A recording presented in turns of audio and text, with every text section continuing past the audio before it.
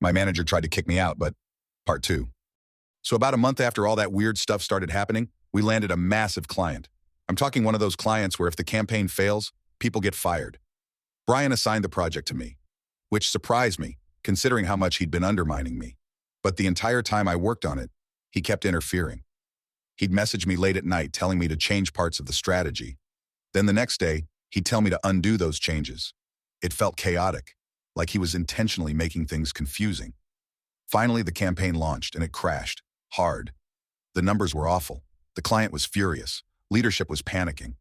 The next morning, Brian told me to come to a meeting with him, HR, and one of the company directors. And the moment I sat down, I knew exactly what was happening. Brian started explaining that the campaign failed because I had ignored the approved strategy. He said I made unauthorized changes. He said I had acted independently without management approval. Basically, he blamed the entire disaster on me.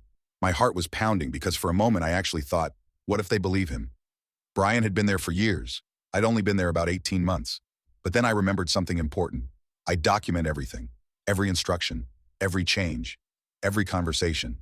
So while Brian was finishing his speech about my mistakes, I calmly opened my laptop and said, "Would you like to see the message where you told me to do that?" The room went silent. I pulled up our Slack conversation. There it was, Brian's name, Brian's instructions, Brian literally telling me to make the exact changes he was accusing me of. The director leaned forward. HR started taking notes. And suddenly Brian looked nervous. But what happened next? That's when the situation went from bad to catastrophic for Brian, because once they started digging, they found a lot more than just that one lie.